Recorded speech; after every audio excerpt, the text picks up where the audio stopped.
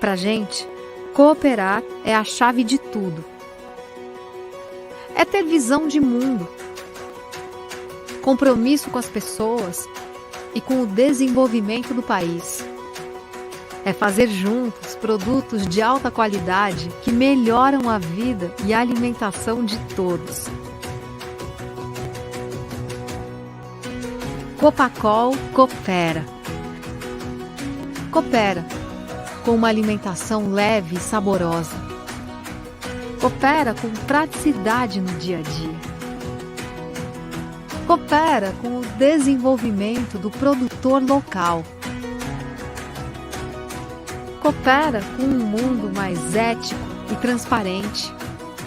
Coopera com o desenvolvimento social e ambiental. Coopera com relações mais justas e humanas. Coopera com respeito às diferenças. Coopera sempre.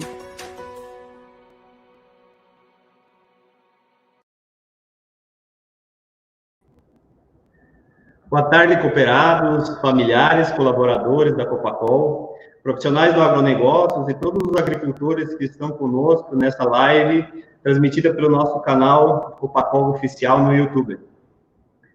Meu nome é Fernando Fávero, eu sou gerente de negócios e insumos da Copacol e serei mediador dessa primeira live promovida pela Copacol com o tema Perspectivas do agronegócio em tempos de Covid-19. A Copacol é uma cooperativa com mais de 56 anos de história e possui sede no município de Cafelândia, no estado do Paraná. Formada por mais de 6 mil cooperados e 10 mil colaboradores, é liderada pelo seu presidente, o senhor Walter Pitol. Sempre com foco em produção de soja no verão, milho e trigo no inverno, a produção anual de grãos nossa é de 1,2 milhões de toneladas. E são recebidas em 19 unidades de recebimento de grãos distribuídas nos estados do Paraná, no oeste e no sudoeste do estado. O milho e a soja que é produzida pelos cooperados é industrializado e transformado em rações para abastecer a produção animal no sistema integrado de aves, suínos, peixes e leite. Gerar valor faz parte de quem coopera. Apesar de estarmos vivendo em um momento de isolamento social devido ao coronavírus, a Copacol vem buscando novas maneiras de informar seus cooperados. Hoje, nós trazemos nessa live, que será de 1 hora, uma conversa com um dos maiores consultores de mercado do agronegócio brasileiro, Alexandre Mendonça de Barros. Alexandre é engenheiro agrônomo, doutor em economia aplicada pela Exalc, é membro do conselho de administração de várias empresas ligadas à produção animal e do agronegócio brasileiro, é professor associado da Fundação do Cabral e sócio-consultor da MB Agro Consultoria. Alexandre, boa tarde, seja muito bem-vindo a essa live. Oi, obrigado, Fernando, é um prazer estar aqui, viu, com vocês, muito obrigado pelo convite.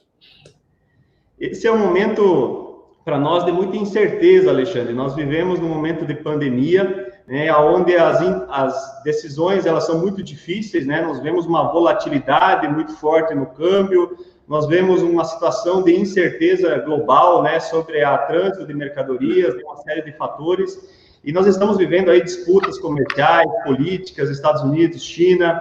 Nunca foi tão importante a gente estar informado, né, e entender um pouco mais de agricultura para a gente fazer negócios de forma racional.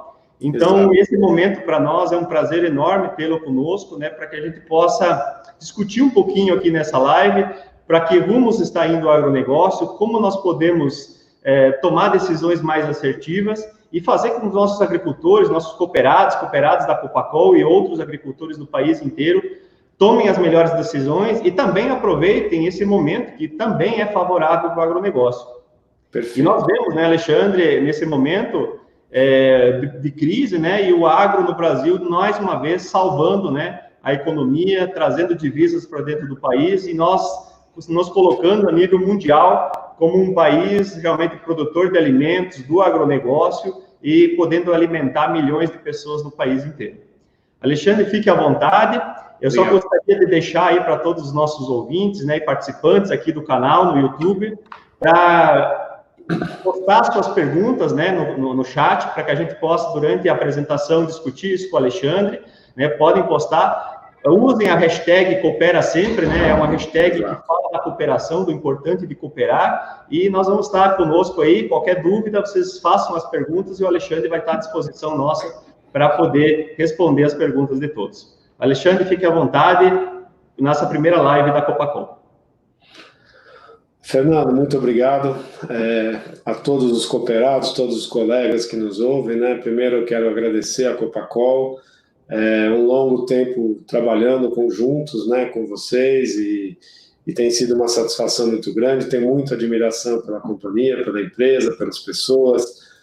Muito obrigado por essa oportunidade de dividir um pouco a nossa leitura sobre o momento que a gente está vivendo, Fernando. E, olha, fique à vontade de me interromper, de interagir, estou à disposição, viu? E quem tiver perguntas também, às vezes é a melhor forma de responder, né? Responder as perguntas que realmente interessam, né? Mas, de qualquer maneira, eu pensei em falar em 4 assuntos interconectados para dar uma sequência de como é que nós estamos vendo, analisando. Eu sempre gosto de buscar os fundamentos, né? De onde nós estamos saindo, o que está acontecendo. Tem muita coisa nova, é verdade, mas tem muita coisa que elas vivem, né? Pela própria estrutura de funcionamento da economia. Eu pensei em falar em 4 assuntos diferentes. Primeiro, eu queria dar uma abordagem geral no comércio internacional de carnes, como é que nós estamos vendo, né?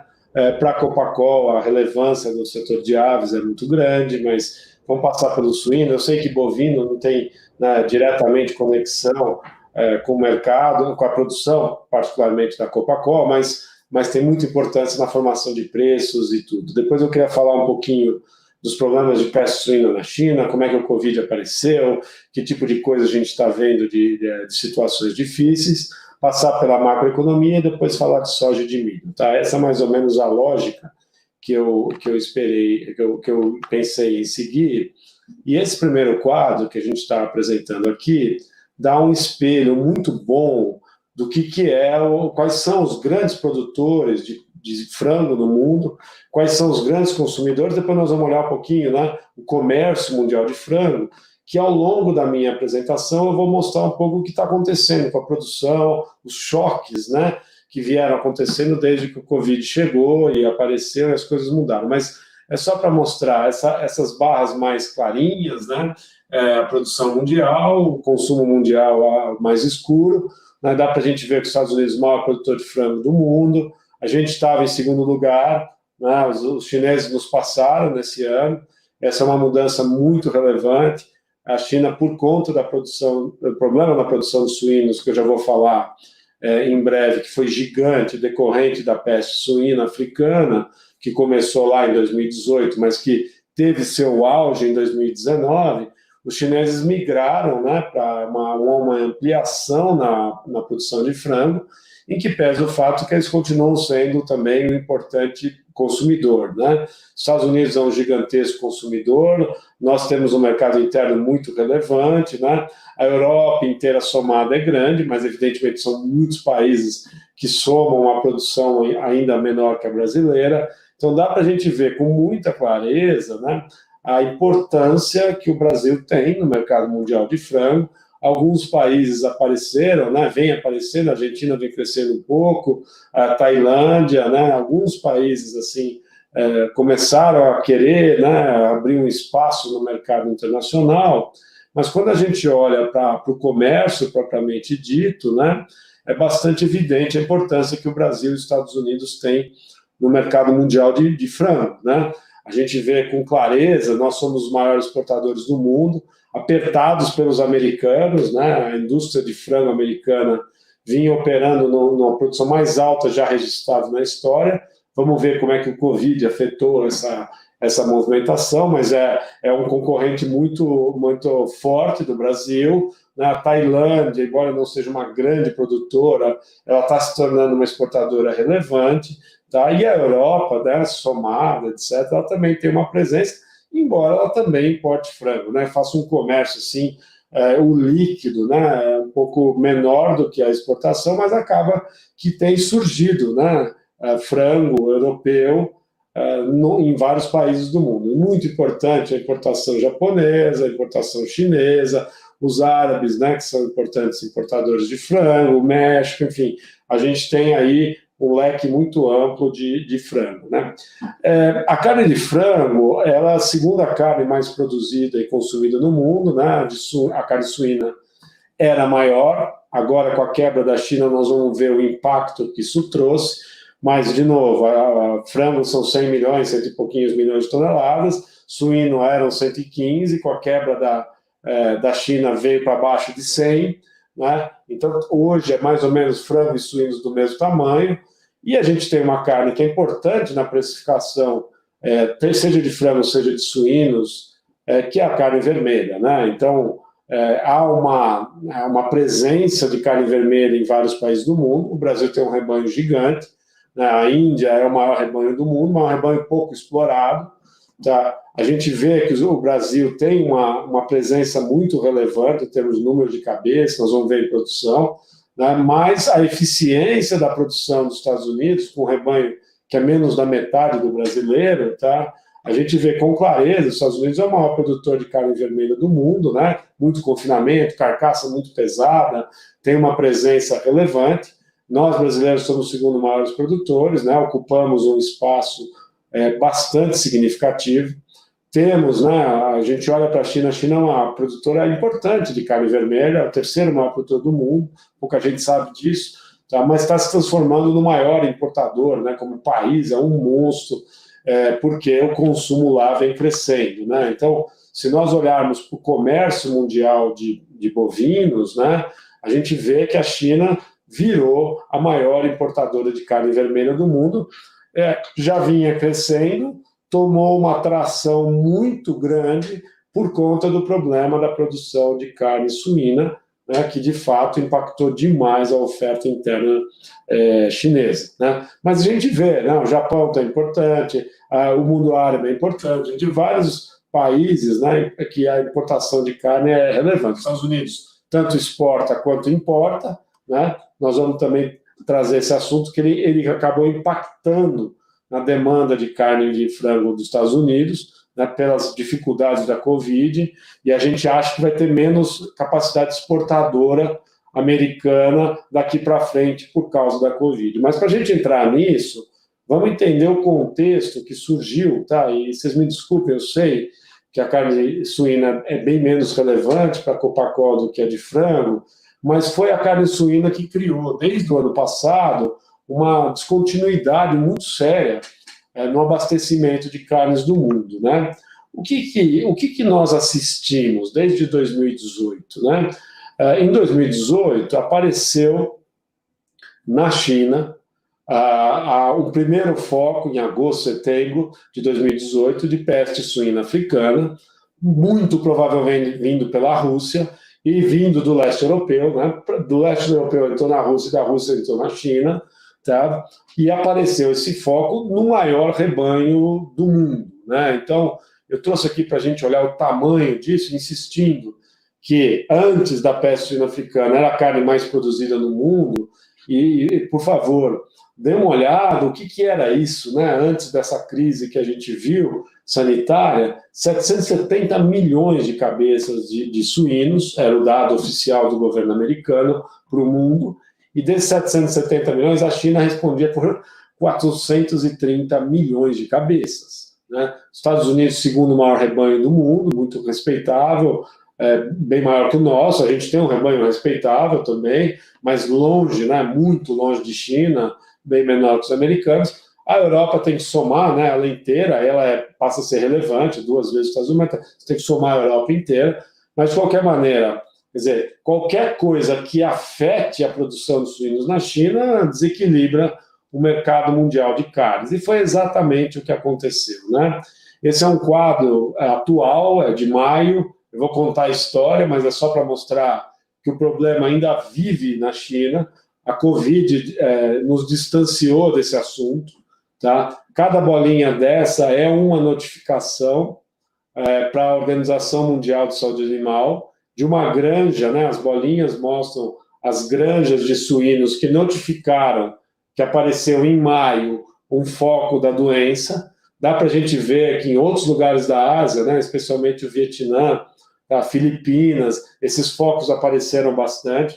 Só para citar um exemplo, olha como as coisas vão se correlacionando, né? Essa semana o Vietnã abriu 4 plantas brasileiras de ave, de frango e de porco, né, para exportar para o Vietnã, sinalizando as dificuldades de abastecimento interno por conta, né, dessa redução do rebanho do Vietnã de suínos e que desabasteceu o mercado interno, né? Dá para a gente ver terrível a situação do leste europeu, né? Não para de notificar casos, eles não conseguem controlar a doença. Lá também, né, esses triangulinhos verdes e laranjas mostram javalis, porcos do mato, muito animal doente, eles se deslocam pela Europa, arrastando a doença, tá certo? Então, há um problema muito sério, e essa é uma doença terrível do ponto de vista da suinocultura, porque ela não tem cura, né? Assim como a Covid, não existe uma vacina, não existe um remédio, né, que controle essa doença, e conforme ela foi se expandindo na China, ela foi criando um pânico entre os produtores de suínos da China, essencialmente porque eles sabiam que teriam que abater esse rebanho, né? Conforme a doença fosse chegando. Então dá para a gente imaginar o pânico, você está lá com o porco pronto, eventualmente começa a aparecer doença perto de você, e qual é o problema, né?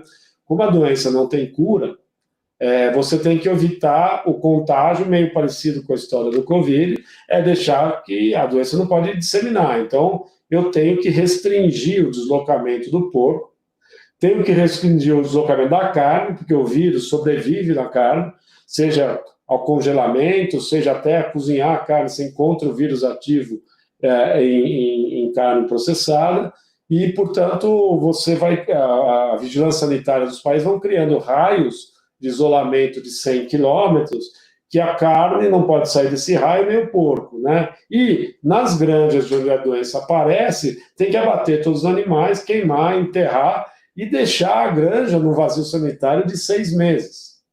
No caso da Rússia, eles fizeram um vazio sanitário de 1 ano.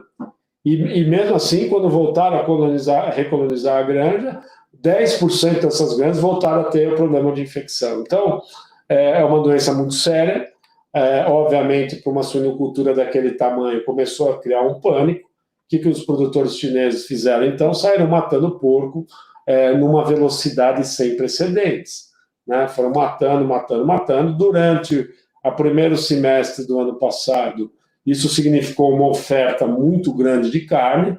O preço da carne continuou baixo, tá certo, na China por muito tempo. Então, eu tenho mostrado esses preços para dar uma luz, uma ideia, né? A nós aqui no Brasil, o que isso significou para o produtor e para o consumidor, principalmente pela alta de preço que aconteceu. Mas se nós olharmos esse é o preço no atacado, né, do quilo do porco, durante o primeiro semestre do ano passado inteiro, né, ficou aí a 18 yuans, 20 yuans o quilo, o câmbio lá perto de 6 nessa época por dólar, né? A gente está falando aí de 3 dólares e pouco por quilo, tá? Em reais aí daria 15 reais o quilo naquela época. Vejam que de repente a partir de agosto, setembro, a gente assistiu uma alta violenta do preço do porco, atingindo o preço mais alto da história já registrada na China. Principal carne consumida pelos chineses, 40 quilos por habitante ano, né? É muito importante na dieta do chinês, e de repente o preço chegou a valer 53 yuans. Teve província que chegou a 60. Então praticamente triplicou o preço da carne de porco. Obviamente o consumidor chinês sofreu muito, né? Tentou migrar para outros tipos de carne, aí o frango, aí o peixe, na China, que tem um consumo muito elevado, e também a carne vermelha, porque o porco se aproximou, né? Carne vermelha que era 60 yuans o quilo no primeiro semestre do ano passado, 3 vezes o preço do porco, uma carne para a classe média mais alta consumir na China, que é muito escassa, ela foi a 70, 72 yuans o quilo e está no patamar ainda bastante alto, né? O que aconteceu nesse momento, e vamos agora amarrar com a Covid, é que a hora que essa carne ficou cara, o chinês foi consumindo outras carnes, inclusive os animais silvestres. carnes, né? Que já era um hábito chinês, mas, obviamente, a escassez do produto, só para mostrar o tamanho da escassez, tá? Esse é um quadro que o governo americano vem atualizando, nós concordamos com ele, tá? Até no começo do ano eles achavam que a produção chinesa ia cair aí 20 milhões de toneladas, aqui 18 milhões de toneladas, a gente achava até que era mais, e de fato veio para 20. Lembrando que a China produzia 54 milhões de toneladas, num mundo que produzia 115, ou seja, a China era praticamente a metade da produção de carne suína, né, de todo mundo, os chineses que produziam. Quer dizer, cair 20 milhões de produção é vir para 34 milhões de toneladas, quanto a 54. Todo o comércio mundial de carne de porco são 9 milhões de toneladas.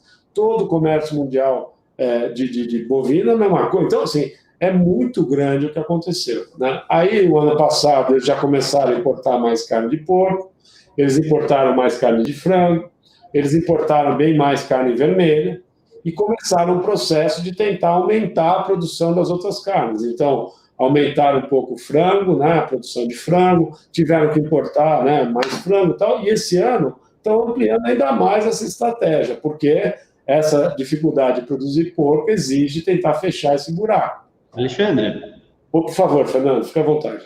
Alexandre, aproveitando esse tema, né, como você entende a demanda, né, essa população chinesa, oriental, ela tem mudado o hábito alimentar, né, saindo de animais silvestres, né, mudando do porco para aves, para outros animais. Como que você vê o retorno disso, ou você imagina que para o futuro eles perdurem e consumam esse tipo de alimento mais para frente? Como é que você enxerga isso? Excelente pergunta, Fernando. Veja bem, assim, eu vou fazer uma afirmação forte, tá? Eu estou muito seguro disso. A China nunca mais vai ser a mesma, tá? Pode demorar um pouco mais, pode demorar um pouco menos, mas a mudança sanitária que nós vamos ver na China, ela veio para ficar. Veja, foi justamente esse preço alto que induziu a mais consumo de animais silvestres.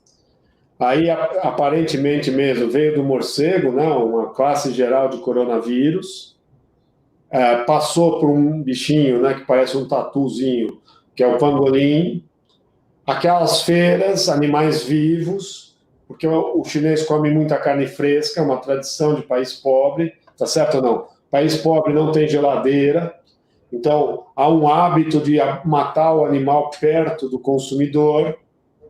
Evidentemente, aquela mistura de bichos, etc. Às vezes, os animais são levados vivos para casa, para ser abatido em casa. Evidentemente, isso veio uma mutação de uma classe geral de coronavírus, o famoso hoje SARS-CoV-2, né, que causou a doença que foi batizada de Covid-19, e isso impactando a economia. Gente, a economia da China no primeiro trimestre caiu 6,8% com a paralisação que eles viveram. Num país que crescia 6% todo trimestre, ou seja, houve uma queda do PIB, do que crescia, porque decresceu no primeiro trimestre, de 13%. É um impacto econômico gigante que não tinha acontecido nos últimos 30 anos na China. Nunca uma redução de PIB dessa magnitude. Então, o impacto é grande demais. E ele é decorrente da má condição sanitária da produção. Então, veja, nós estamos falando de peste suína africana, que segue, mas a gente pode falar de H1N1, de influenza aviária, que desde o começo do ano tem aparecido focos na China. Ontem notificou para a Organização Mundial de Saúde Animal, que eu estava mostrando o mapa ali há pouco, ela notificou que um caso de febre aftosa em bovinos. Então, veja a situação dramática, aparece o Covid em humanos, conectado a uma cadeia de produção animal que não tem os padrões que tem que ter. Então, a China vai mudar, eu não tenho nenhuma dúvida disso. Tá? Isso terá impactos gigantescos nos negócios brasileiros. Tá? No curto prazo, o impacto está em maior importação de carnes. Né, Fernando? Seja o frango, seja o suíno, seja o bovino, nós estamos vendo para fechar esse buraco de oferta, tá certo? Que vai continuar existindo, porque não dá conta de atender um buraco desse tamanho de oferta. A gente não sabe hoje se os chineses vão optar por continuar tentando produzir o maior volume possível de carne internamente e depender menos das importações. Se eles tomarem essa escolha, uma certeza eu garanto, tá? Aos nossos colegas que produzem soja, os chineses vão precisar de muito mais soja, porque metade da suinocultura chinesa, quase a metade, não consumia soja. Era o porquinho de fundo de quintal, é o produtor pequeno que tinha lá um porquinho no fundo do quintal e que não fazia parte do mundo da ração. Esse animal produzido desse jeito vai desaparecer da China. E na minha conta, se essa suinocultura passar a consumir ração, ela vai precisar de 35 milhões de toneladas de soja a mais do que a China importa hoje, que é um monstro, são 10 milhões de hectares a mais para atender só essa transformação na cadeia da suinocultura chinesa. Então, no meu entendimento, com certeza eles vão precisar de muito mais grão. Agora, se nós brasileiros formos assim, inteligentes, na minha visão, tivermos um olhar estratégico, a gente pode se apresentar à China e dizer, olha, em vez de você levar a nossa soja, a gente produz a soja aqui, mas leva mais carne, porque a gente processa, incorpora aqui. Agora, evidentemente, o governo chinês tem que ter toda a confiança que nós não vamos falhar com eles, tá certo? Então, Fernando, eu acho que nós estamos vivendo exatamente esse momento de discussão e eu acho que os chineses estão revendo sua estratégia e pensando para onde eles vão precisar, né? Porque o sistema deles não vai conseguir produzir tudo. Então, uma coisa eu garanto, vai ser preciso mais soja para essa transformação sanitária. Eles vão ter que vir para os padrões que nós adotamos no Brasil de produção, que a Copacol adota, quer dizer, quer estar na fronteira da tecnologia, tá certo? Todos os protocolos sanitários bem feitos, que vão desde a lavoura até a produção do animal, transporte, processamento, cuidados, embalagem, todo esse cuidado sanitário que nós brasileiros conseguimos nos destacar hoje no mundo, tá certo? Os chineses vão ter que passar por isso. É uma transformação gigante, tá? Ela já está em curso.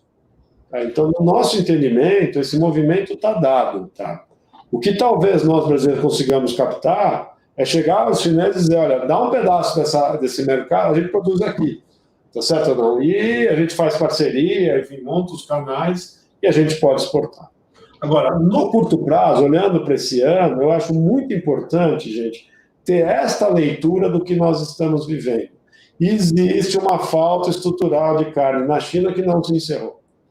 Conforme a Covid foi aparecendo, gente, aí agora eu acho que a gente entra numa conversa muito interessante, tá? E eu escolhi aqui o porco, mas eu poderia escolher a carne vermelha, o que vocês quiserem, tá? A carne de frango eu já vou mostrar, mas eu acho muito rico dividir com vocês como é que a gente está vendo o comportamento dos mercados mundiais desde que o Covid começou.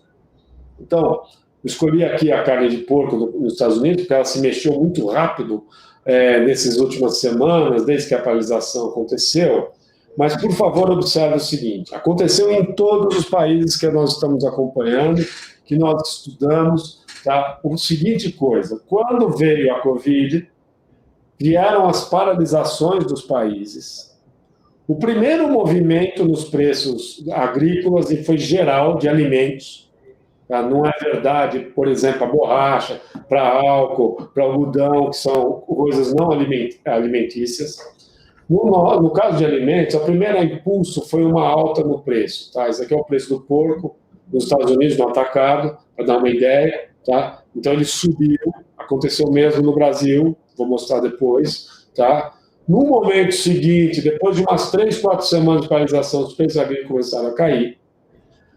4 semanas atrás, o preço disparou, vamos entender por quê, e agora ele está voltando a cair lá fora. Vamos entender essas 4 fases, tá, pelas quais o mundo está passando, nós brasileiros um pouco diferente disso. Primeira pergunta, por que os preços agrícolas no mundo inteiro subiram assim que a paralisação chegou? Por 2 razões. A primeira razão, as pessoas passam a ficar em casa.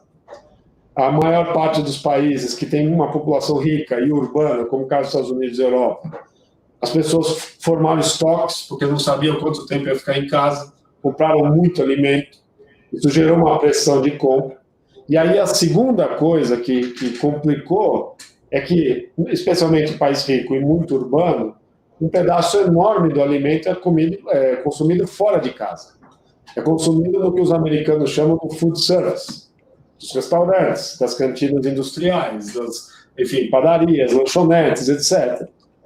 E isso fez com que esse sistema alimentar não conseguisse atender o canal, né, chegar no consumidor que parou de consumir, né, os restaurantes pararam de comprar, etc. E aí houve uma dificuldade do varejo, né, canalizar toda essa demanda de alimento. Com isso, o preço começou a subir. Algumas situações complexas, então, se eu não conseguia vender queijo para pizzaria em São Paulo, sobrou queijo. Então, em algumas regiões, o leite caiu de preço para o produtor, mas subiu para o consumidor. Então, uma situação bastante complexa em alguns casos, hortaliças, aconteceu isso, etc. Aí o que acontece? Passadas 3 semanas, 3, 4 semanas, aí começa a vir o aperto do consumidor. Aqueles que já tinham estocado passam a comprar menos comida. Aqueles que vão perdendo renda, porque o emprego, né, a renda vai diminuindo, etc. O consumo de alimento vai piorando. Ao mesmo tempo, aquela ampla rede de distribuição de alimento que acessava os restaurantes, ele começa, no desespero, a encontrar esse consumidor através do varejo. Então, o varejo expande, né? Nós vimos as grandes redes brasileiras contratarem 12 mil pessoas, tá certo? Aí começa a internet, aí começa caminhãozinho a entregar, quer dizer, muda radicalmente o sistema de entrega.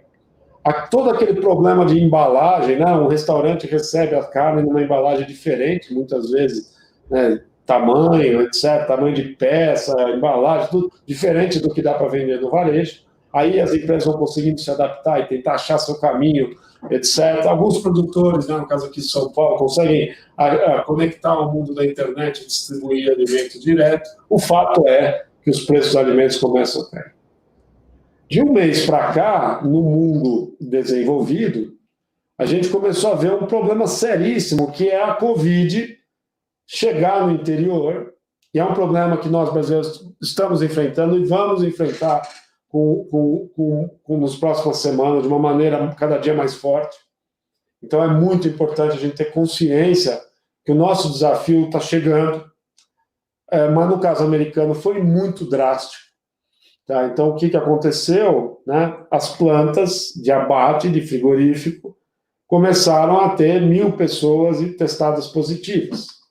Essas pessoas eram retiradas, as empresas tiveram que fechar, fazer desinfecção.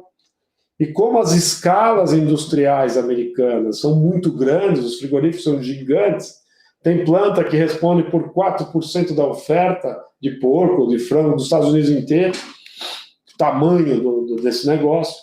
E aí você começa a ver os problemas aparecerem. Tá? Então, a gente vê no frango o problema apareceu, a diminuição no alojamento. Olha aqui, eu trouxe aqui o alojamento de pintinhos dos Estados Unidos, tá? Para a gente ter uma referência. Olha só, gente, 190 milhões de cabeças aí alojadas, né? Caíram para 165 milhões, tá? Um problema seríssimo de produção, tá? Então, vocês imaginem o impacto disso no maior produtor de frango do mundo. As plantas parando, os trabalhadores, né, com muito auxílio do governo, não ficando afastados e não querendo voltar às plantas. Então a gente começou a ver essa produção seríssima, essa situação que agora está se regularizando. Porque, lógico, passa lá um mês, 20 dias, 15 dias, passa pela desinfecção, as pessoas vão voltando, né, os protocolos vão melhorando. E aqui a gente tem que louvar o que nós fizemos no Brasil, né? Eu acho que, Fernando, na abertura você estava dizendo uma coisa que eu estou totalmente alinhado, né? Eu tenho falado com um monte de empresas, o dia inteiro aqui conversando com as companhias, dá muita satisfação, dá orgulho mesmo, quer dizer, o que nós brasileiros fizemos é bonito, sabe? A gente cuidou, fez os protocolos, tá certo? Agora a gente está vendo a importância de todo esse rigor que foi seguido e que vai ter que continuar, porque, insisto nesse ponto, a doença demora, mas ela chega, né? Então, há uma movimentação muito mais bem feita, eu acho, no meu entendimento, que foi no Brasil, a gente conseguiu correr na frente, tá? E estamos conseguindo que o nosso sistema alimentar está funcionando muito bem, mas não é verdade nos Estados Unidos, né? Ou pelo menos não foi no último mês. Então, só para a gente voltar e poder dar uma olhada com calma, olha o que aconteceu no preço da carne vermelha, gente. É assustador. Tá? Agora está voltando a cair, porque o abate vai se regularizando, tá certo? Mas olha a alta do preço, aqui é em dólares por carcaça, né? $210, aí começa a paralisação, vai a $260, depois ela cai e aí explode. Quer dizer, vai a $470 uma carcaça que era 210 um mês antes. Então, a gente teve que ampliar o gráfico, não cabia, tamanha alta que a gente viveu. Então, a Covid, ela está trazendo, pessoal, um problema muito sério em vários países de disrupção da oferta. Então, tem países que não estão conseguindo embarcar porque tem paralisação. Então, a Índia, por exemplo, exportador de carne vermelha não está exportando arroz. A Rússia está preocupada com a produção de trigo, está segurando a exportação de trigo. Você está olhando a Ucrânia dizendo que vai segurar a exportação de trigo e de milho, os dois maiores exportadores de trigo, diga-se de passagem, do mundo. Tá? A Rússia tem outros parecidos com a Ucrânia, mas está entre os maiores, tá certo? Milho é a mesma coisa. Aí você começa a ver na Europa que não tem gente para colher, não tem gente para plantar, porque eram os imigrantes que faziam isso na Espanha, na Alemanha, na Holanda, na Suécia. Eu estava lendo as matérias desse país, enfim, está faltando gente, certo? Então, todo mundo preocupado, né, muito preocupado com o cenário de abastecimento, tá certo? E aí começa a acontecer o quê? Aí que vem entre o Brasil, né, e nós estamos batendo recorde atrás de recorde de exportação, porque os países começam a ficar preocupados, vão ficar desabastecidos, e a gente vem, a gente entregando num ritmo absolutamente sem precedentes na nossa história.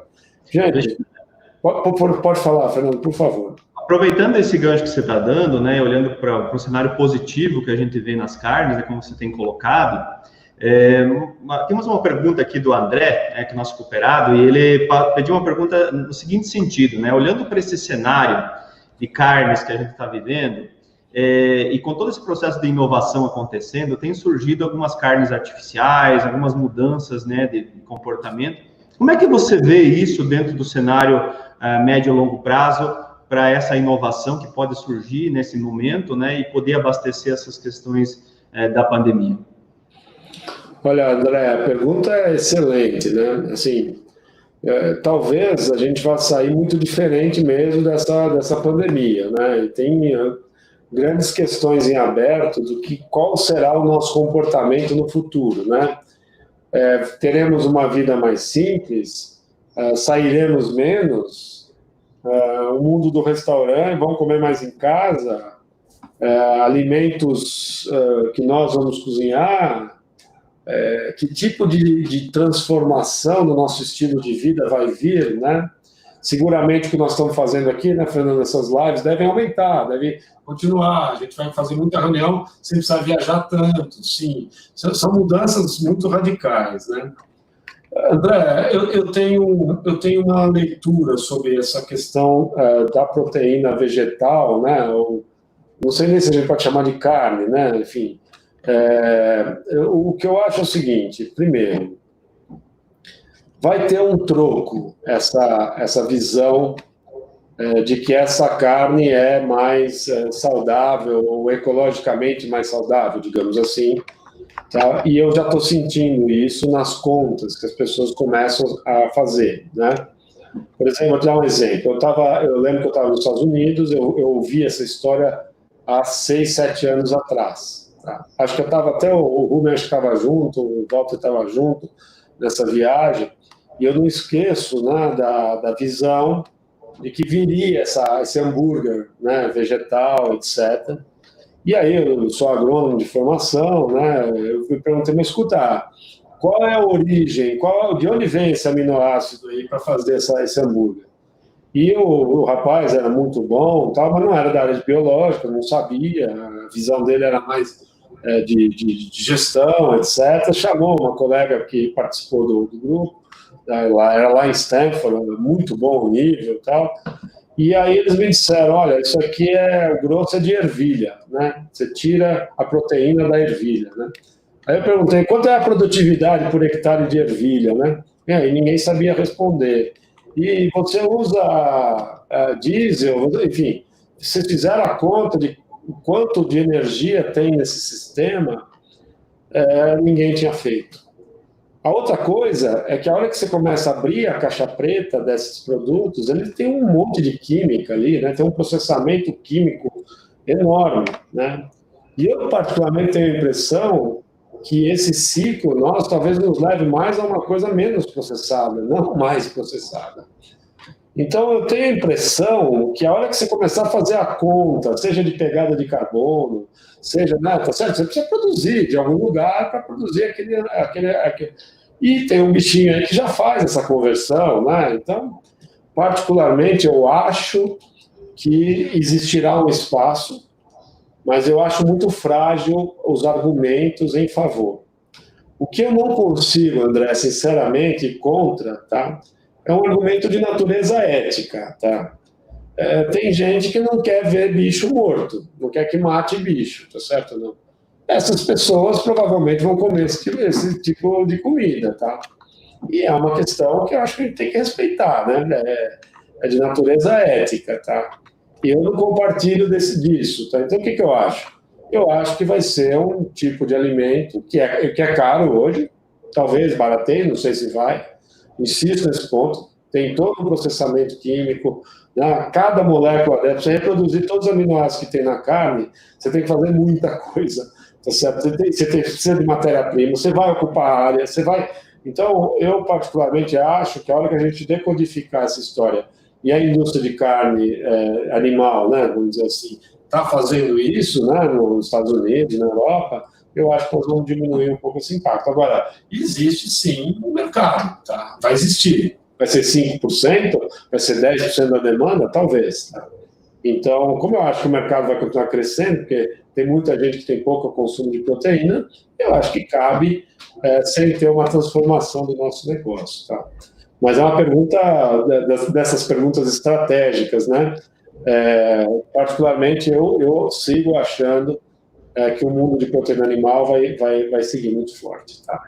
Alexandre, só para fechar essa questão das carnes, né, em cima do Covid, nós temos mais duas perguntinhas aqui, uma da Ana Paula e outra da Mariana, que fala sobre a questão da relação Brasil-China, né, principalmente para a gente entender a posição do governo, isso pode até afetar a relação dos dois países, né, é importante entender que a China hoje é nosso maior importador e consumidor das carnes brasileiras, né, e como que essa relação política pode ser afetada por conta disso, e também uma afirmação aqui da Mariana falando sobre as medidas que nós adotamos até agora, né, elas foram positivas, porque nós não fomos afetados diretamente na exportação e no fechamento de inúmeras plantas, como aconteceu nos Estados Unidos. É só essa afirmação que ela fez para nós. Olha, duas perguntas muito bacanas, né? Deixa eu dizer, obviamente, que são da minha total e inteira responsabilidade a minha resposta, tá? Alexandre falando, tá? Primeiro, começar pela segunda pergunta. Eu acho que nós fizemos um trabalho espetacular. Eu acho que a doença é um problema, tá? É um problema sério. Eu acho que nós não podemos minimizar, tá? Tenho profundo respeito por quem, desde o começo, levou essa doença a sério. Porque eu acho, tá, que as empresas que fizeram isso estão se destacando e vão se destacar muito, tá? E não é fácil, são decisões difíceis, é uma luta diária, né? Então eu tenho profundo respeito por todos os profissionais que se engajaram e que conseguiram, porque no final geraram um bem-estar para a sociedade brasileira enorme, né? Eu tenho sentido nas empresas agrícolas um sentido de missão, um orgulho de produzir alimento. Eu acho que a sociedade brasileira urbana, né? Eu vivo aqui em São Paulo, meus amigos de infância são todos muito urbanos, certo? É inacreditável o respeito que as pessoas têm hoje. Quer dizer, alimento é saúde, então nós estamos entregando saúde, tá? Isso só é possível se a operação continuar rodando. Olha, gente, eu tenho lido muito, eu acompanho o mundo inteiro. Não teve ninguém com o desempenho que o Brasil teve. Eu afianço a vocês. Tá? O que nós fizemos, nós somos a quarta maior agricultura do mundo. As outras 3 não fizeram.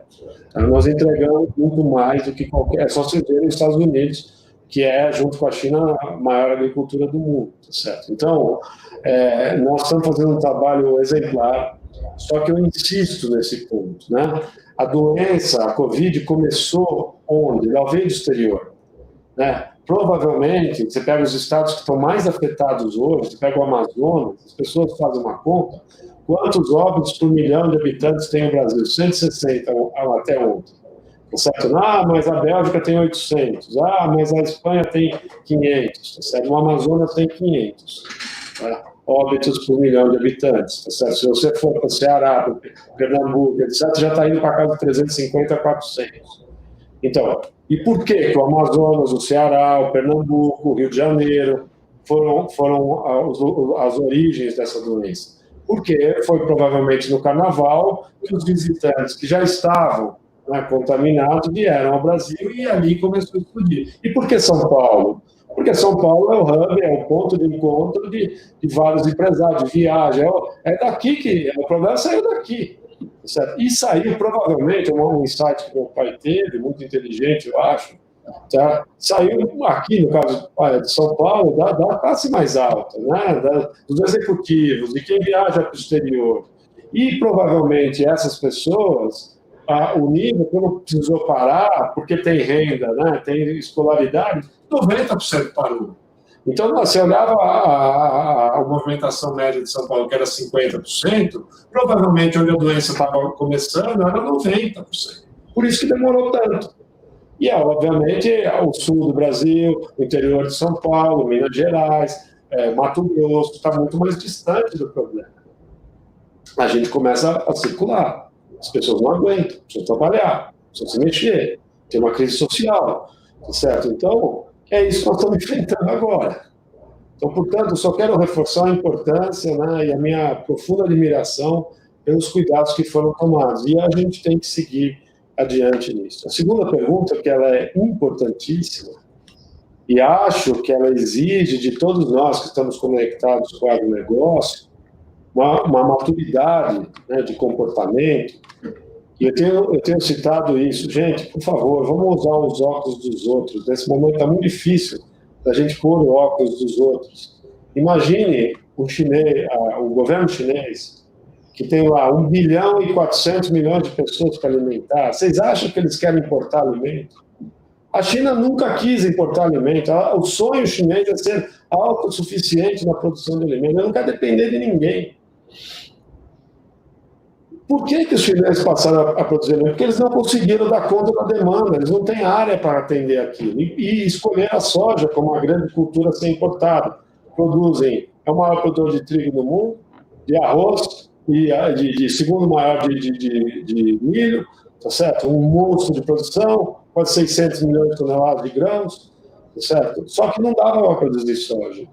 E hoje eles precisam de 110 milhões de toneladas de soja, produzem 16, o resto tem que fazer de fora. E isso possibilitou o boom brasileiro, do cerrado, de tudo. E agora com problema de produção de carnes. Então, o que eu acho? É o nosso maior cliente, gente. O Brasil, esse ano, vai exportar 82 milhões de toneladas de soja, provavelmente 70 para a China.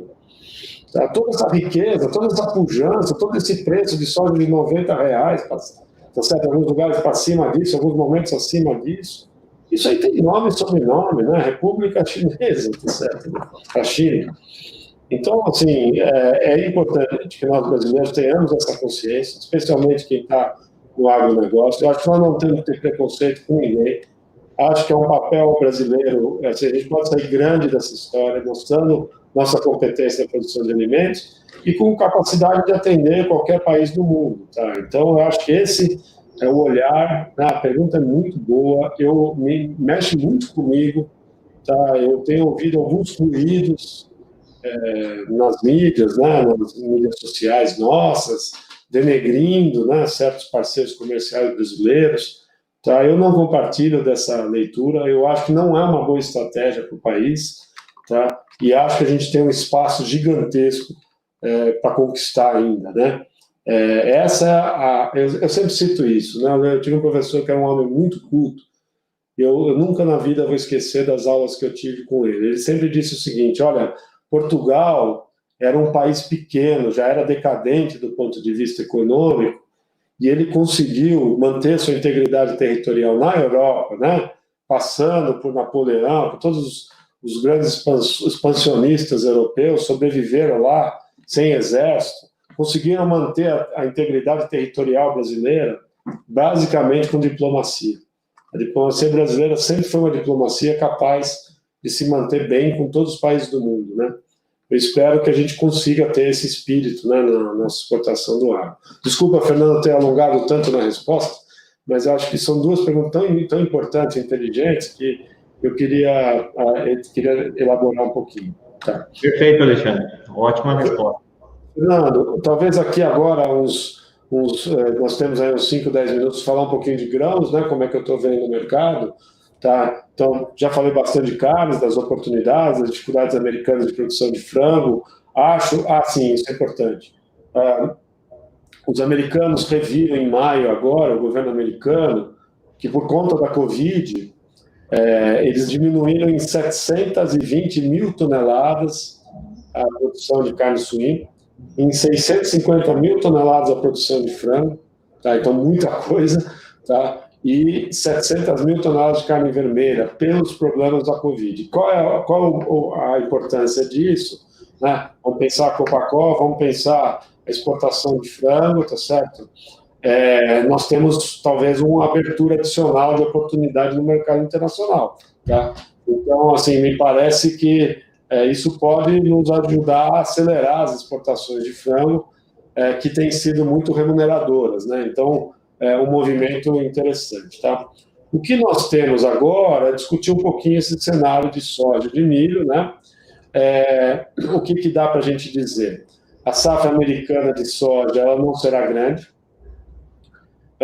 Eles vão plantar uma área menor, já está plantado uma área menor, tá? Então, só para mostrar para vocês, os americanos estão prevendo, né? Os 3 últimos relatórios americanos, e agora sim, já em maio, o relatório do plantio praticamente efetivo dos Estados Unidos indica uma área uma produção, de 112 milhões de toneladas de soja, e se for isso, provavelmente um estoque final muito baixo, tá? Sim, acho que Chicago tem condições de subir mais adiante em dólar, tá? Não nesse momento. O que está pressionando esse momento a soja para baixo em dólar, por favor, todos os produtores, né? Já expliquei também, a produção de carnes americana está ameaçada. Ao mesmo tempo, a produção de milho, né, projetada para os Estados Unidos é monstro, tá? São 400 milhões de toneladas a previsão de safra que eles estão fazendo hoje. Isso tende a gerar um estoque final muito alto nos Estados Unidos, é o maior de muitos anos. Então, a gente está olhando lá fora e os preços em dólar são os mais baixos em Chicago de 14 anos, tá? Então, o que está acontecendo no Brasil de bons preços de milho é uma anomalia, tá? Basicamente dada pela taxa de câmbio. O real depreciou, né? Foi para 5, 6, tá? E com isso a gente conseguiu ter preços muito elevados, a demanda interna de milho aquecida. Na primeira safra de milho, tivemos uma frustração no Rio Grande do Sul. O Rio Grande do Sul, hoje, na primeira safra, é o principal estado produtor de milho, né? Então, colhemos uma primeira safra não muito boa, 25, 26 milhões de toneladas. Plantamos a maior safrinha da história do Brasil, em termos de área. Particularmente, eu acho que a gente tinha potencial para colher uns 80 milhões de toneladas de milho. Vamos colher 70, né? A gente está vendo, né, as perdas por causa de seca, Paraná, São Paulo, que é pequeno, né, perto de Paraná, mas, enfim, tem uma safrinha. Você olha Minas também, né? A gente estava muito preocupado com o Mato Grosso do Sul, mesmo com o Paraná. Tivemos, há 3 semanas atrás, aquelas chuvas que entraram, né? Ajudaram muito, chuvas de 50, 100, 170 milímetros até, quase milagrosas, né? Nesses volumes em alguns lugares, tá? Então a gente está vendo que consolidou uma safrinha ao redor de 70, 71 milhões de toneladas de milho. Não é ultra confortável, tá certo? Mas, obviamente, entre essa safra, o milho tende a acomodar de preço. Mas eu queria ressaltar a todos os produtores de milho, né, que no mercado internacional o quadro é de um preço muito baixo, né? O plantio americano já está feito, muito bem feito, muito rápido de milho, tá?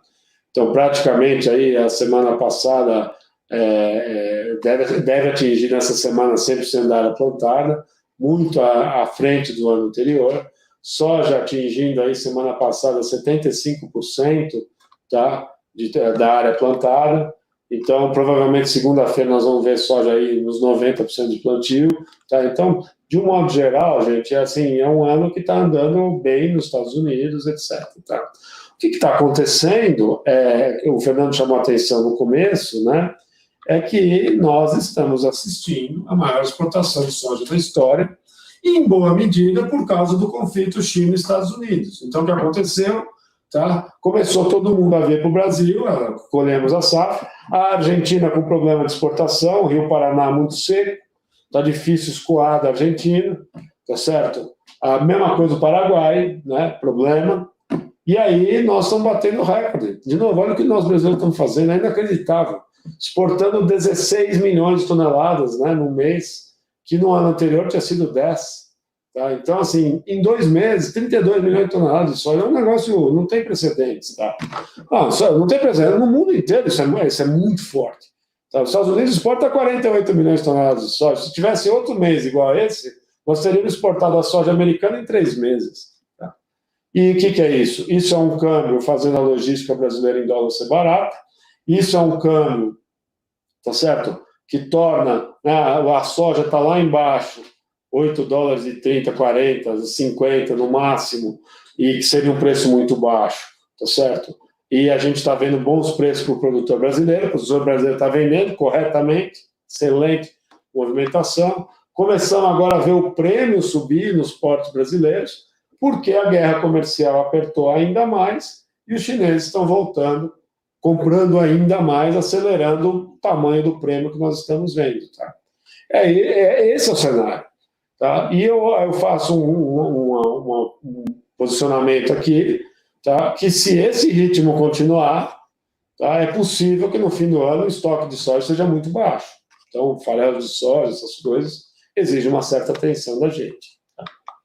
A outra coisa, né, só para eu fechar meu raciocínio, né, estamos entrando aí num cenário de milho, eu insisto nesse ponto, preços nos Estados Unidos muito baixos.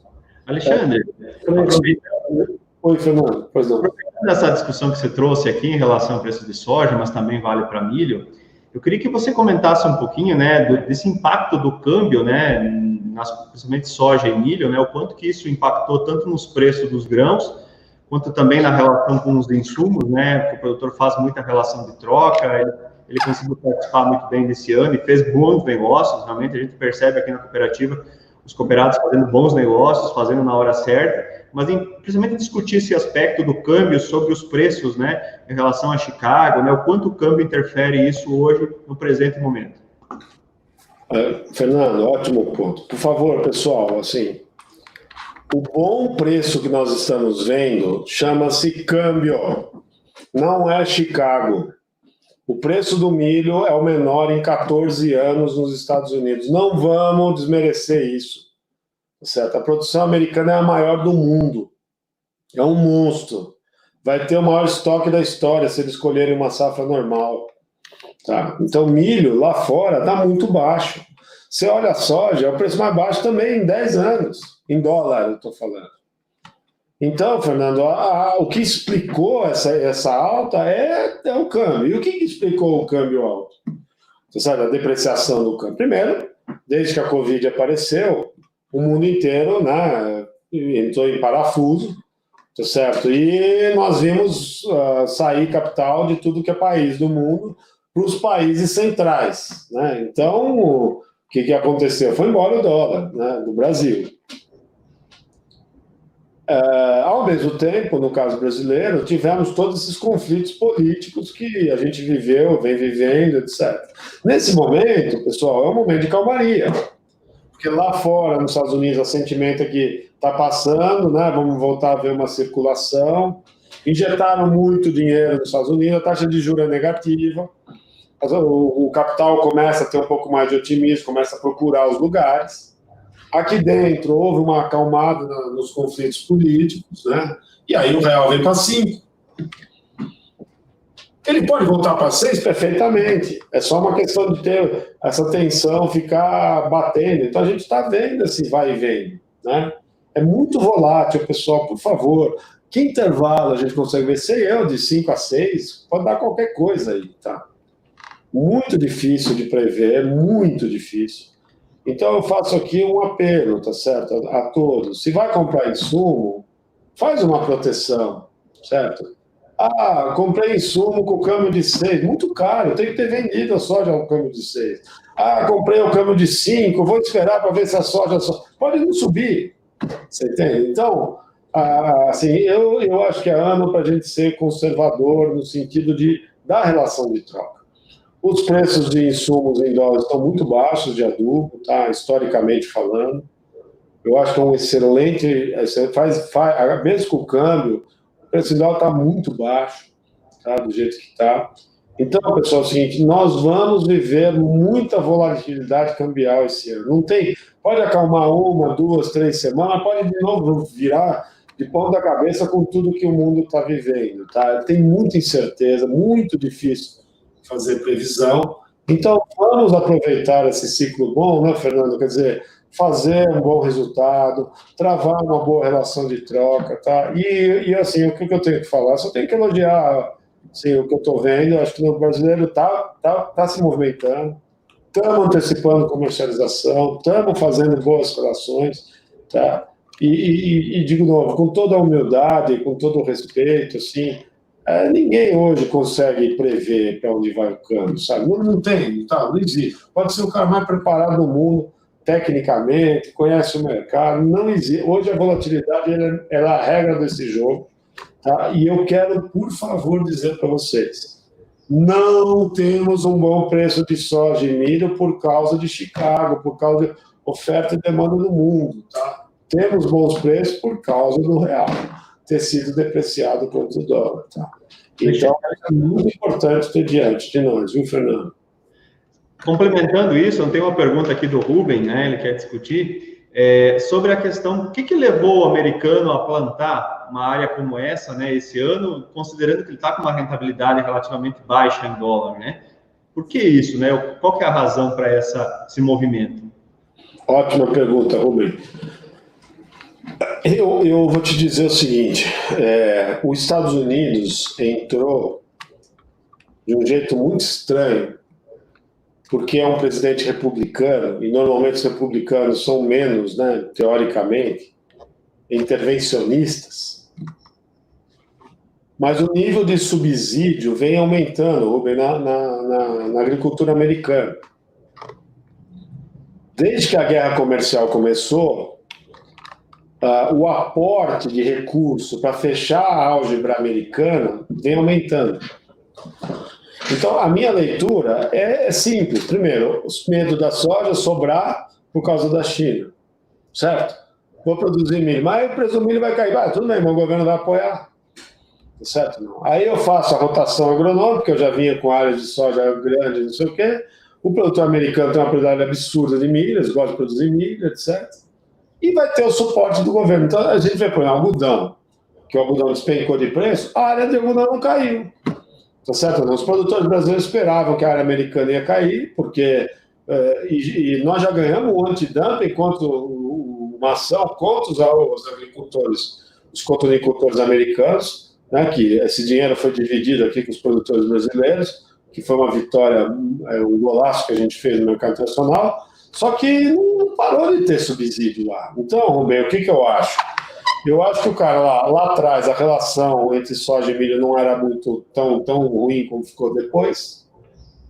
Você marca lá em fevereiro o que você vai plantar, já resolve o seguro, já garante a renda, etc.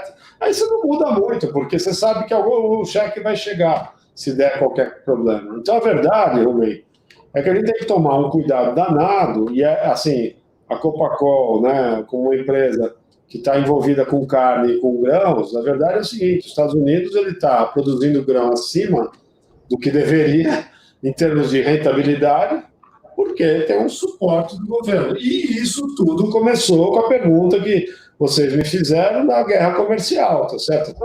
A China dos Estados Unidos, aí dá um suporte para aguentar o tranco, porque o agricultor americano é o grande perdedor dessa briga, e aí uma coisa vai desencadeando na outra, tá? E cria essa anomalia, tá? Então, assim, exige da gente uma atenção no mercado de milho, não vamos dourar a pílula, dá uma competitividade ao produtor de carne dos Estados Unidos, vocês concordam comigo, tá certo ou não? Você está com o menor preço de milho de 14 anos, tá certo? Isso dá competitividade para a indústria de carne americana, então tem um pedaço do agronegócio americano que, ok, dá dinheiro, os caras produzem mais, o preço cai, a minha margem aumenta e segue a vida, tá certo? Então, é uma distorção grande. Eu acho que nós brasileiros vamos ter que entrar na briga, né, mais para frente.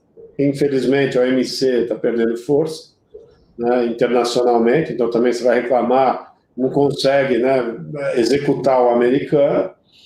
Então, assim, é uma situação, mas basicamente está voltando a ser uma agricultura subsidiada, essa que é a verdade. Tá? Essa é uma distorção muito séria que está aparecendo no mercado mundial. Tá?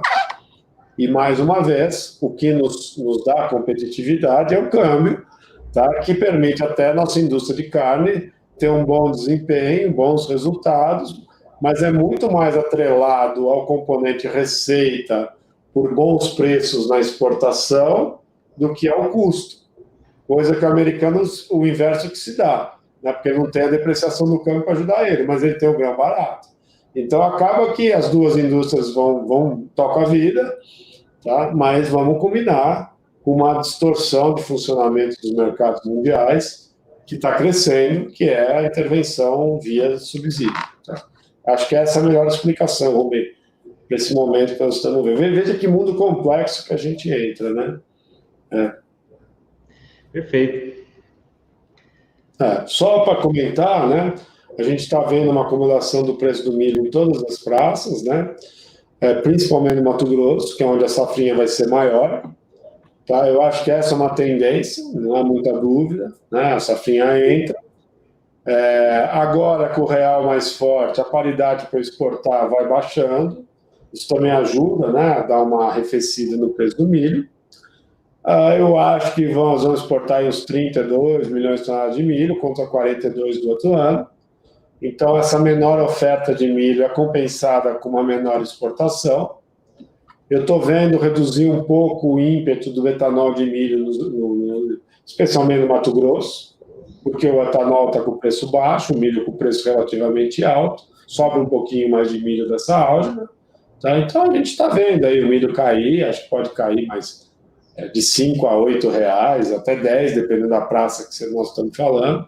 Tá? Eu acho que essa é uma tendência com a entrada da safrinha. Tá? Depois, obviamente, o consumo, a exportação, reposiciona o preço do milho, etc. Mas, assim, aos colegas produtores de milho, acho que esse ano ainda nós vamos defender preços bons. Tem gente que já vendeu safrinha do ano que vem, que eu acho que fez um bom negócio. Tá? Obviamente, vai depender muito, tem muita água para passar debaixo da ponte. Vai depender muito para onde vai o câmbio, mais uma vez. Tá? Mas é bom a gente ter visão que se os Estados Unidos escolher uma safra melhor, normal, vai ser o maior estoque de passagem de década aí, tá? É muito milho. E isso deve ampliar as exportações americanas de milho, tá? Fernando, acho que esse era o desenho aí da nossa... Acho que tocamos em todos os assuntos, né? Não sei se tem mais perguntas, eu estou totalmente à disposição para qualquer comentário adicional. Alexandre, eu acho que perfeita a apresentação, as suas colocações elas foram muito oportunas dentro do cenário que nós estamos vivendo agora. Nós temos mais algumas perguntas que o grupo nos solicitou aqui, algumas delas elas já foram respondidas durante a apresentação, né? Alguns pontos já foram colocados. Eu vou só trazer aqui uma pergunta que é em relação à questão dos investimentos chineses no Brasil, né? Como que você vê isso, né? Dentro da China, dentro do Brasil, como é que isso pode avançar, né, dentro das empresas, uma série de outras coisas. E aí depois a gente fecha essa live, né? Já estamos dentro do nosso horário, já extrapolando um pouquinho, tem bastante pergunta aqui, mas eu acho que nós podemos fechar a partir dessa pergunta. Fernando, eu estou à disposição, tá? Mas, assim, como a gente está em cima do prazo, como é que eu vejo isso, tá? Eu acho que perdeu um pouco de impulso, a minha percepção, tá? Eu queria compartilhar com vocês, né? Eu acho muito difícil um país construir uma estratégia de depender de outro para alimentar a sua população sem que as suas próprias companhias não tenham participação nesse negócio, sabe? Eu acho que é uma forma de garantia, tá? Isso não significa comprar terra, não significa comprar todas as empresas, tá certo? Significa ter parcerias ou sociedades, ou, tá certo? Que permitam ter a garantia de que esse alimento chega, tá certo? Acho que esse é o ponto. Porque pegam os Estados Unidos, era o maior exportador para a China. Vocês acham que a chinês hoje vai confiar na oferta americana com tudo que está sendo de briga no mundo? Né? Então, assim, a desconfiança, nós vamos viver uma era, eu acho, né? Na linha da pergunta, acho que o André, né, que fez para mim, das mudanças e tal, eu acho que vai ter uma certa desconfiança entre os países, sabe? Um certo conflito, né? Porque muita gente hoje olha e fala, puxa vida, não dá para produzir todo o medicamento na China, porque a hora que nós precisamos não veio, tá certo? Não vai ter gente que vai dizer assim, olha, não dá para produzir todo o químico, agroquímico, sem depender 100% da China. Não é nem por nada, é que se parar de novo como parou, de repente a gente fica sem, precisa diminuir esse risco. Então nós vamos ver esse tipo de discussão estratégica, né, de alta esfera aí, das grandes corporações, dos estados, nacionais, etc., nessa direção. Tá? A gente vive com um monte de empresa americana, europeia, há séculos, tá certo? No Brasil. Eu não vejo por que não pode ter chinesa, tá certo? Desde que respeitar as regras brasileiras, a autonomia brasileira, etc., etc. Tá? Agora, eu insisto nesse ponto, quer dizer, ninguém vai construir sua estratégia alimentar sem que algumas das suas companhias não tenham a garantia de suprimento. Tá? Então, acho que eu tenho uma visão um pouco menos crítica. Tá? Eu sei o que está circulando por aí e tal. Acho que não é, na minha concepção, não é assim, uma coisa que eu acho que não dá para a gente conviver com isso. Tá? E acho, minha percepção, que tirou um pouco o pé, né, esse impulso por toda essa movimentação de dúvida, né, que o mundo inteiro está vivendo do que vai ser esse novo arranjo. De qualquer maneira, é um país que precisa importar alimento. Nós hoje somos os maiores fornecedores da China, e eles também, né, dos dois lados somos os maiores, eles são os maiores compradores do Brasil, e nós somos os maiores fornecedores da China. Então, é uma relação que precisa ser discutida, debatida, mas aprofundada, porque as oportunidades são gigantes. Fernando, eu queria muito agradecer, viu? Uma última pergunta só aqui, Alexandre, para fechar a nossa live. O pessoal perguntou como é que você vê a questão das plantas de etanol crescendo, principalmente no estado do Mato Grosso e outros estados, né, e o impacto isso dentro do milho no Brasil, e para nós do Paraná, principalmente produtores de aves, né, qual o impacto disso, né, como é que você enxerga isso diante desse cenário brasileiro? Essa pergunta é excelente. Nós estimamos no ano passado um consumo de milho para etanol perto de 4 milhões de toneladas, alguma coisa assim. Tá? Imaginávamos que esse ano nós poderemos ir a 6. Tá? Então, como referência para todo mundo que está nos ouvindo, a gente estima que o consumo brasileiro de milho seja algo na casa de 65, 67 milhões, e que esse ano tinha potencial para chegar perto de 70. Tá?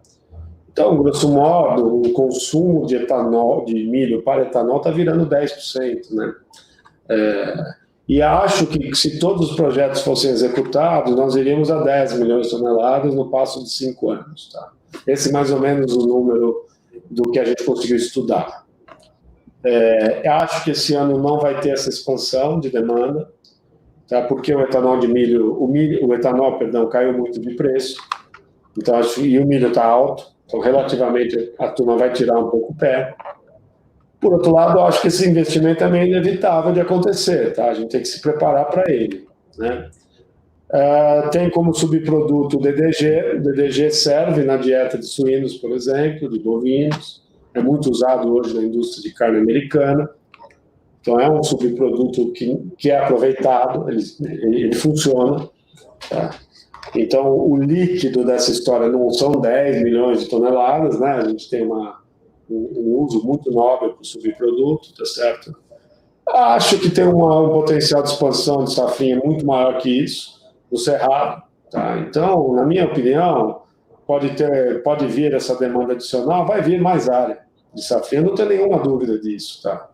Então, eu não teria grandes preocupações, tá? Não é algo que se despreze, mas me parece que é uma coisa assim, pressiona o preço, vem a oferta, tá certo? E, de fato, se viabiliza. O negócio eu era preconceituoso, eu estava errado, tá? Eu acho que o negócio para em pé, sim. Tá?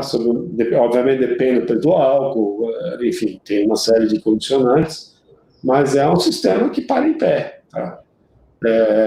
E eu acho que, realmente, no Cerrado, é uma tendência, tá? É uma tendência. Então, você tem que ver que tem um subproduto aliado da nutrição animal, não para aves, mas para suínos e bovinos, tá certo? Por outro lado, tem uma capacidade de expansão de safrinha muito grande ainda, né? A gente planta uma área pequena, perto do tamanho da área de soja, não insisto no Paraná, que as áreas já são consolidadas, mas especialmente no Cerrado, que não se planta mais milho, porque não tem preço, né? Aparece o preço, a área, esse ano a área cresceu 5%, gente. E já é um monstro. Eu insisto nesse ponto, para colher 80 milhões de toneladas de safrinha, certo? É um monstro isso. Para 25 ou 30 de primeira safra, tá? Então, eu não tenho tanta preocupação, tá, pessoal? Eu acho que o mercado funciona nesse caso aí, tá? Perfeito, Alexandre. Gostaria muito de agradecer, eu acho que a nossa discussão aqui ela foi muito válida, acho que tirou todas as dúvidas aí da maioria do pessoal que está participando. Um agradecimento especial para todos os nossos cooperados, colaboradores e todo o pessoal do agronegócio que está participando conosco nessa live. Realmente a gente fica muito feliz com a participação de todos vocês. E principalmente, Alexandre, gostaria de agradecer muito pela sua contribuição aqui na Copacol, mais uma vez, né, contribuindo conosco e com nossos produtores aqui, para que eles possam tomar as melhores decisões e conseguir ter sucesso, né, no negócio que eles atuam aqui, seja na produção de carne, seja na produção de grãos. O que a gente quer para os nossos cooperados é o sucesso deles, que faz a sustentação de toda a Copacol. Então, nosso muito obrigado mesmo, Alexandre, e a gente encerra, então, aqui a nossa live, e fica o nosso agradecimento aí para que a gente possa, no futuro, aí, repetir essa dose de informação. Muito obrigado, o prazer é meu, é uma honra para mim, e espero que, de alguma maneira, possa ter contribuído, e desejo tudo de melhor, né, nesse momento, e agradeço mesmo, e parabenizo também a Copacol pelo belíssimo trabalho que vem desenvolvendo. Muito obrigado pela oportunidade de falar para vocês. Tá? Obrigado a todos.